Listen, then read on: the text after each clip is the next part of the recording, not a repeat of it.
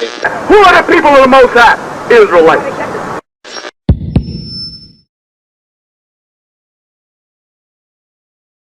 Hey brothers, Shalom. Brakata Yahweh Yahushai, Brakata Yahweh Yahushai, the water Yahweh Bashem Yahushai. Here, Brother Elder Ayathun filming, and we were talking about Alexander the Greek and basically his relationship with the Israelites. And we know in the Apocrypha where it says how evils was multiplied, but this happened after the death of Alexander the Great. Because see, Alexander the Great didn't ride down on Jerusalem. You know, we got all this noise in the background, but he didn't come and ride down on Jerusalem when he came into the city. He was actually greeted with respect, and he greeted the high priest with respect. And that's in the history. You have to go into the Josephus. So I'm going to read an excerpt from the Josephus Antiquity of the Jews, book 11, what is it, chapter 8, and I'm going to start about like the fourth paragraph 4. So, and I'm actually jump right to it, because we'll be out here reading all day because there's so much in the Josephus to read. Okay, so it starts here in where Alexander the Greek, it says here, I'm going to about to the middle of paragraph 4. It says, so when Alexander had perceived him kindly, Sanballat, and later on in history, when you read on, this guy Sanballat was actually a Persian who actually wanted to build a temple and take the high priest's brother and make the high priest's brother the priest of that temple, so that way Sanballat's sister could marry him, so that way they could say that they're Israelites. Basically, that's what was going on here. So when Alexander had received him kindly, Sanballat thereupon took courage and spake to him about his present affair. He told him that he had a son-in-law, Manasseh, who was brother to the high priest Jaddua, and that there were many others of his own nation now with him that were desirous to have a temple in the places subject to him, that it would be for the king's advantage to have the strength of the Jews divided into 2 parts, lest when the nation is of one mind and united upon any attempt for invocation, it prove troublesome to kings, as it had formerly proved to the kings of Assyria. Whereupon Alexander gave Sanballat leave to do so, who used the utmost diligence and built the temple and made Manasseh the priest, and deemed it a great reward that his daughter's children should have that dignity. But when the 7 months of the siege of Tyre were over, because Alexander at the time was running the siege over Tyre and Sidon, and he took control of Tyre and Sidon, that's right there along the coast in Israel. He took control of Tyre and Sidon. And it says, and the 2 months of the siege of Gaza, Sanballat died. Now Alexander, when he had taken Gaza, made haste to go up to Jerusalem, and Jaddua the high priest, when he heard that, was in agony and under terror, as not knowing how he should meet the Macedonians, since the king was displeased at the foregoing disobedience. Because prior to what we read here, and you go above, it's a lot of reading, that's why I just didn't read it, but you can go and read it for yourself. Alexander sent word to Jaddua the high priest and said, listen, I know you made a league with Darius, right, to give him rations and give him soldiers. Send the rations, the food, send the food to me, and send the soldiers to me, and I'll basically make a league with you. And Jaddua the high priest replied back to Alexander through a messenger, listen, I promised Darius that I would not go against him while he was in the land of the living. So he couldn't honor what Alexander was asking him. So then Alexander the Greek was pissed off, and he was making his way to go to Jerusalem, but he stopped in Tyre and Sidon and Gaza over there, and he had a war campaign going on there to take control of that area. Then he was headed straight to Jerusalem. So now he's on his way to Jerusalem to go deal with the high priest. So basically the priest, Jaddua the high priest, was shook. Okay, so the high priest was shook. So it says, since the king was displeased at the foregoing disobedience, he therefore ordained that the people should make supplications and should join with him in offering sacrifice to Yahweh, whom he besought to protect the nation and to deliver them from the perils that were coming upon them. Whereupon Yahweh warned him in a dream, which came upon him after he had offered sacrifice, that he should take courage. He told him, don't be afraid. Don't be shook of Alexander. Take courage and adorn the city and open the gates, that the rest should appear in white garments, but that he and the priests should meet the king in the habits proper to their order, without the dread of any ill consequences, which the providence of Yahweh would prevent. Upon which, when he rose from his sleep, he greatly rejoiced and declared to all the warning he had received from Yahweh, according to which dream he acted entirely, and so waited for the coming of the king. So he woke from the dream that the Most High gave him, and he told the other priests about the dream, and basically he wasn't alarmed no more, because the Most High told him, look, don't worry about it. Everything's going to be okay. Open the gates to the city and let them come in. So now this is the 5th paragraph. And then I'm going to hit some scriptures, but I'm building up to it. It says, and when he understood that he was not far from the city, he went out in procession with the priests and the multitude of the citizens. The procession was venerable, and the manner of it different from that of other nations. It reached to a place called Sapha, which name translated into Greek signifies a prospect. For you have thence a prospect both of Jerusalem and of the temple. And when the Phoenicians and the Chaldeans that followed him thought they should have liberty to plunder the city, so the Phoenicians and the Chaldeans that followed Alexander and that were a part of his army, they were like, okay, good, we're going to get to plunder the Jews, and we're going to torture the high priest and all the other priests. So that's what they thought was about to go down, right? It says that they thought to have liberty to plunder the city and torment the high priest to death, which the king's displeasure fairly promised them. The very reverse of it happened. See, so they thought they was getting ready to go burn down Jerusalem, right? And torture and torment the high priest to death. But the very opposite happened, right?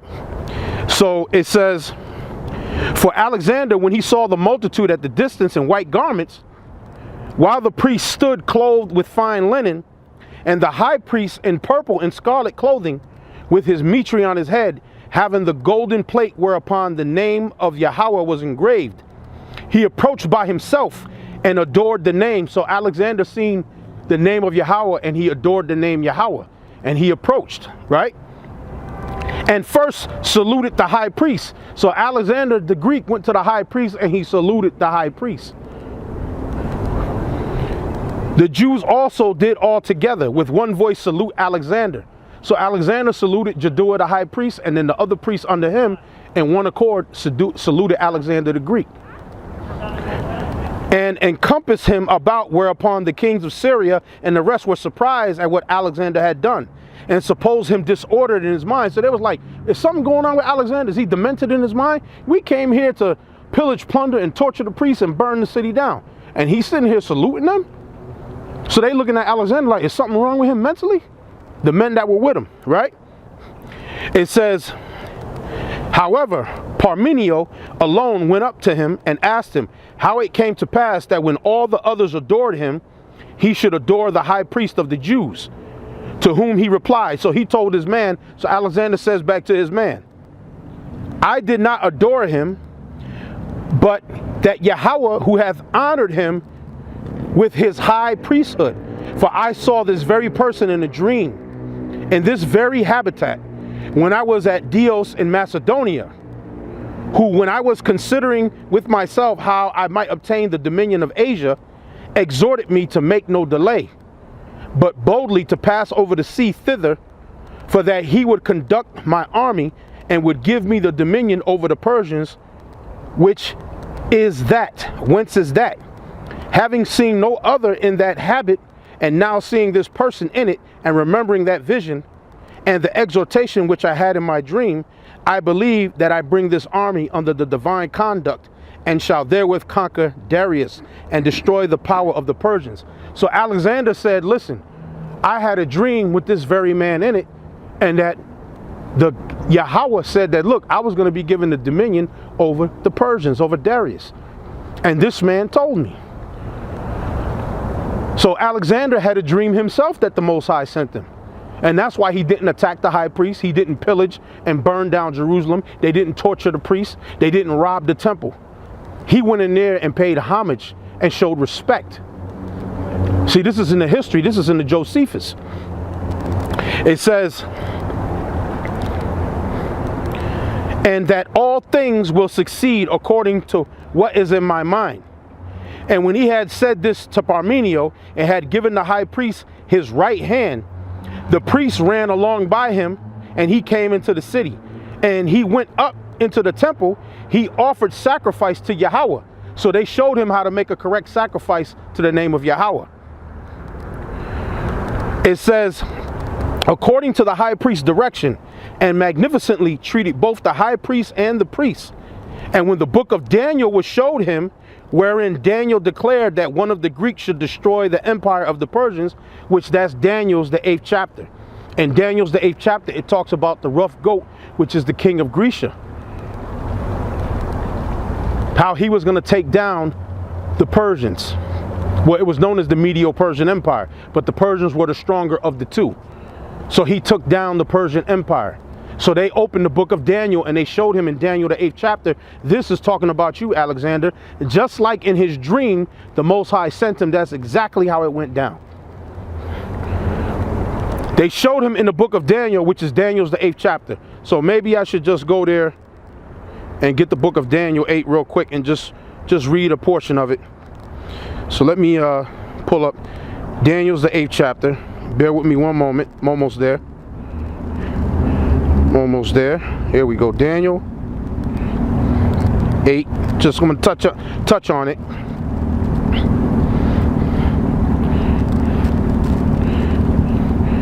Okay.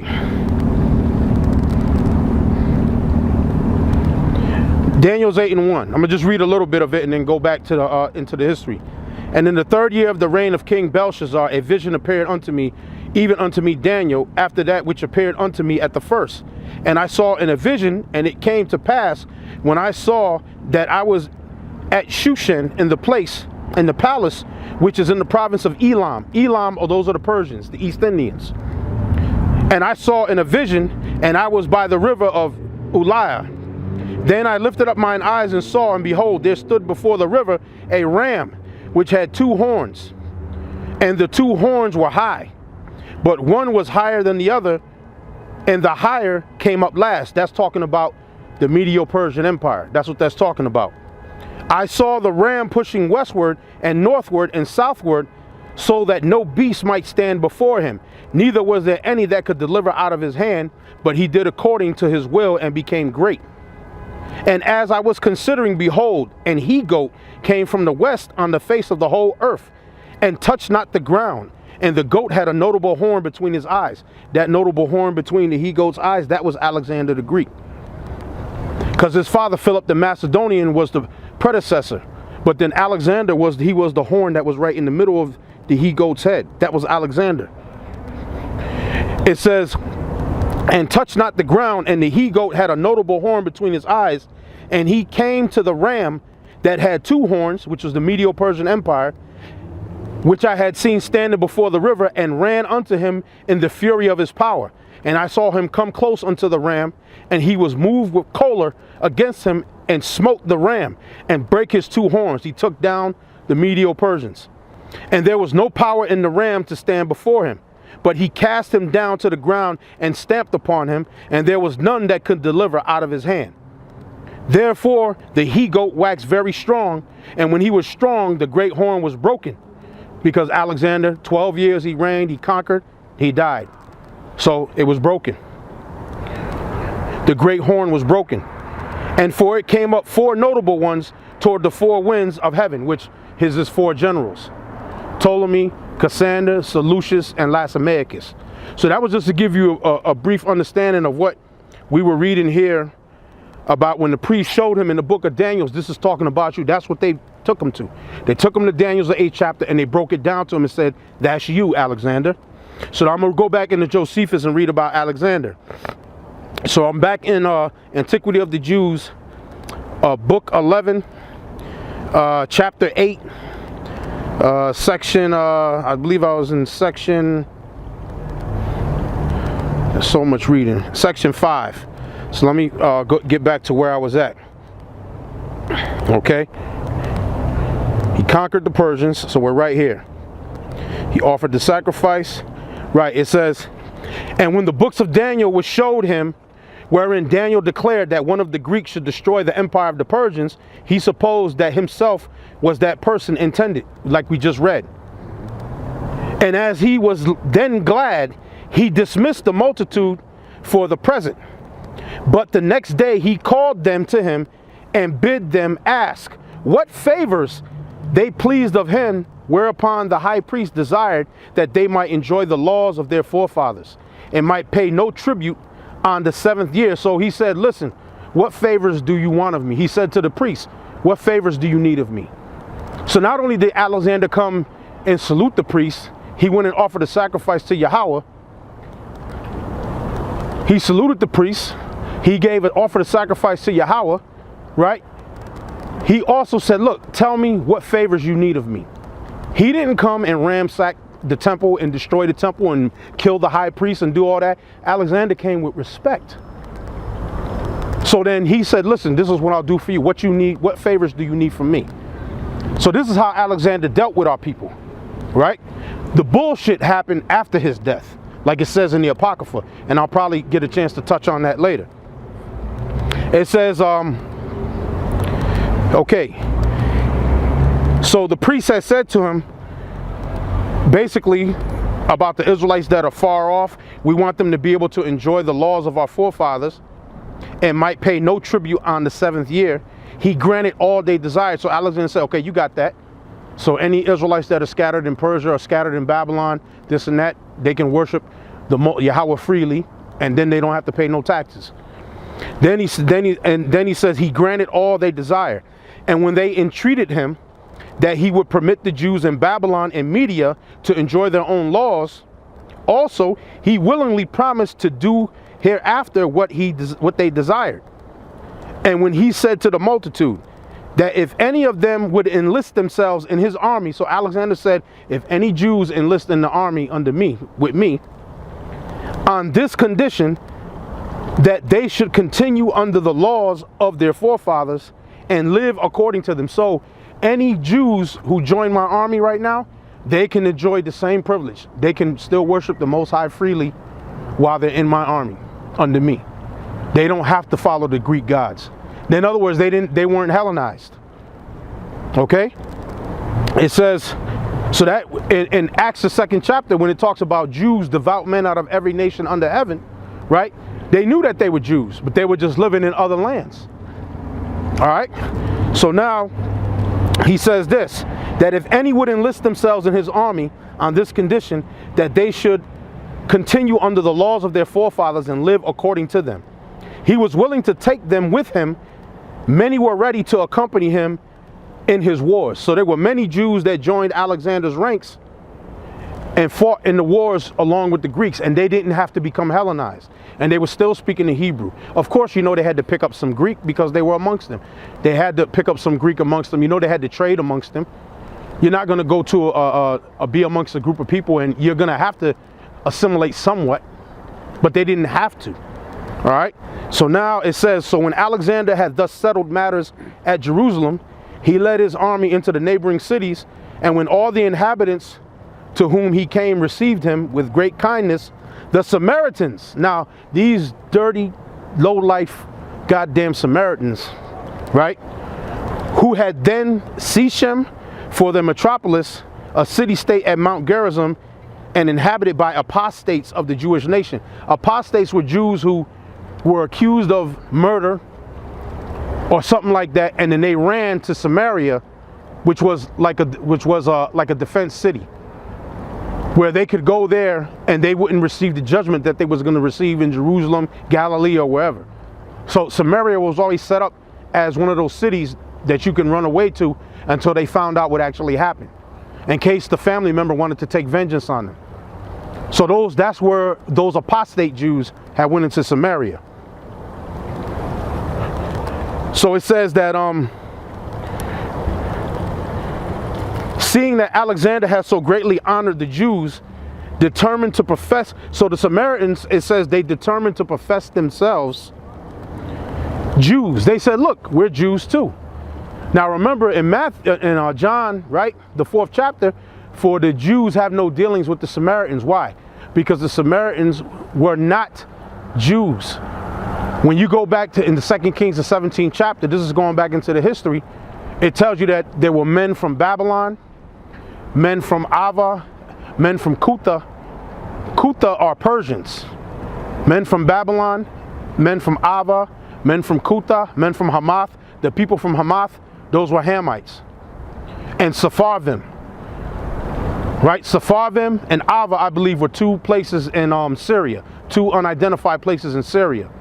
So you had men from Babylon, which were Cushites, right? Men from Babylon, men from Kutha, which were Persians, men from Hamath, which were Canaanites, and then you had Ava and Sepharvim, which are 2 unidentified areas that's in the land of Syria that were brought in 2 Kings, the 17th chapter. They're not Jews. So now when they heard about the deal that Alexander made with us, they ran up and said, listen, Alexander, we want that same deal because, hey, we're Jews too. Now watch what Alexander says to these knuckleheads, right? It says, seeing that Alexander has so greatly honored the Jews, determined to profess themselves Jews, for such is the disposition of the Samaritans. As we have already elsewhere declared that when the Jews are in adversity, they deny that they are of kin to them, and then they confess the truth. But when they perceive that some good fortune hath befallen them, they immediately pretend to have communion with them. For the Jews have no dealings with the Samaritans. When the woman said, wait a minute, you being a Jew, for the Jews have no dealings with the Samaritans. John the 4th chapter. That's why. Because the Samaritans weren't Jews. They were scumbags. So that's right there in the history. So they were trying to tell Alexander, look, we want that deal too. So watch what Alexander tells these Samaritans. It says, they deny that they are kin to them, and then they confess the truth. But when they perceive that some good fortune hath befallen them, they immediately pretend to have communion with them, saying that they belong to them, and derive their genealogy from the posterity of Joseph, Ephraim, and Manasseh. Accordingly, they made their address to the king with splendor, and showed great alacrity in meeting him at a little distance from Jerusalem. And when Alexander had commended them, the Shechemites approached to him, taking with them the troops that Sanballat had sent him. And they desired that he would come to their city and do honor to their temple also, to whom he promised, that when he returned, he would come to them. And when they petitioned that he would remit the tribute of the 7th year to them, because they did but so thereon, he asked who they were, and made such a petition. And when they said that they were Hebrews, but had the name of Sidonians, name of Hamites, living in Shechem, he asked them again whether they were Jews. And when they said they were not Jews, it was to the Jews, he said, that I granted that privilege. However, when I return and am thoroughly informed by you of this matter, I will do what I shall think proper. In other words, you're not getting the deal that I cut with Jaddua the high priest and with the Jews. You're not getting that deal because you're not Jews. So that's what Alexander told those Samaritans. That's who he was talking to. But now I'm gonna go to I'm gonna touch on Maccabees, the 1st chapter, and end it off here, because there was a lot of reading in the history. Went into Daniel's, and we read Daniel's about when the priests told him that, look, this is you. So Maccabees 1:1. And it happened after that Alexander, son of Philip the Macedonian, who came out of the land of Chittim, had smitten Darius, king of the Persians and the Medes, and that he reigned in his stead the first over Greece, and made many wars and won many strongholds, and slew the kings of the earth, and went through the ends of the earth, and took spoils of many nations, insomuch that the earth was quiet before him. Whereupon he was exalted, and his heart was lifted up. He gathered a mighty strong host, and ruled over the countries and nations and kings who became tributaries unto him. We didn't have to be tributaries unto him, as we read in the history. Wherefore he called his servants such as were honorable, and had been brought up with him from his youth, and parted his kingdom among them while he was yet alive. So Alexander reigned 12 years and then he died. And those servants that was Ptolemy, Seleucus, Cassander, and Lysimachus. And his servants bear rule, everyone in his place. And after his death, they all put crowns upon themselves. So did their sons after them many years. And evils were multiplied in the earth. This happened after the death of Alexander. But while Alexander was on the scene, he dealt righteously with the Jews. So that's pretty much what I wanted to talk about and what I wanted to cover. And I'd like to say, Tawada, Yahweh Ba'ashem Yahweh Shai. And I hope you brothers learned something off of this lesson. Didn't try to make it too long, but sometimes I'm long-winded. And I want to say Shalom.